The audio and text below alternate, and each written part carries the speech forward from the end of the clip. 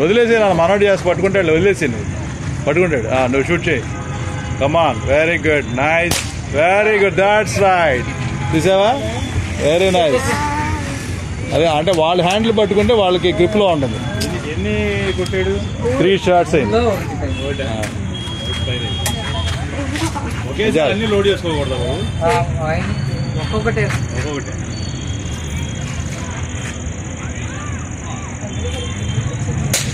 Very good. Aim, shoot. Load, load, aim, shoot. ఇది ఫైనలా? ఇంకోటి ఉందా?